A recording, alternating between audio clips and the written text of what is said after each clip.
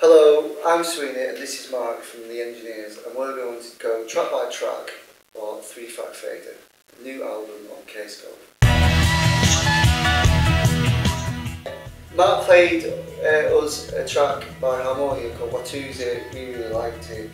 I had an idea to lift the sample, and then we all wrote the song over the top of the sample. It took us an absolute age to do, age to get cleared, but then we ended up with a nice email from Michael Rodden, the guy that actually did the original track, and it's worked out alright. Really well, really well. Can't ask for more, really. That was a track that we wrote when we were on tour in Europe, wasn't it? Yeah, kind of a combination of listening to Noise 75 and the best of the Pixies. Correct. International Dirge is a song written about heroin users in Stockholm. Because my girlfriend's from Sweden, she's from Stockholm, and they've got like an underground massive heroin problem. And the line "old, brown, grey" comes from this guy that was saying, "I take it and it makes me feel old and brown and grey." Helped by Science was a track that Mark and Dan had been working on that they were going to shelve, and there was a long, convoluted process of slowing down acoustic guitars and speeding them up, which I seem to remember. But then when the little refrain do-do-do went on top, I was like, we can't get rid of that. And then I wrote the melody over the top. And Help by Science is about an idea that in the future, it doesn't matter if you've got mental problems, physical problems, whatever, then science will sort it out. My idea would be that scientists will work to actually help society rather than make money. You're living in a fucking dream world. I am living in a fucking dream world, but there you go. We can only dream, Mark. If you're in the gutter, look at the stars. It started off by, was just jamming really, wasn't it? Yeah. It was just the three of us kind of grooving. It's literally just It is literally drums, bass, guitar, yeah. It's probably the most simple track on the album. There you go. Nice performance, nice sound in the vocal. Very, very nice. Touches one's heart. Yeah, Hang Your Head was kind of, that came after we did a bit of touring in New York, and I was on some kind of Velvet Underground New York kind of tip.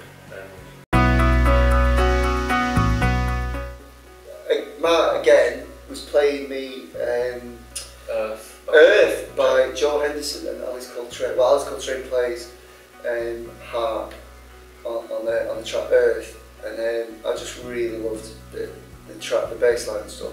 So I was trying to get him to do something quite similar to that, and then he sort of evolved into the little sort of arpeggiated.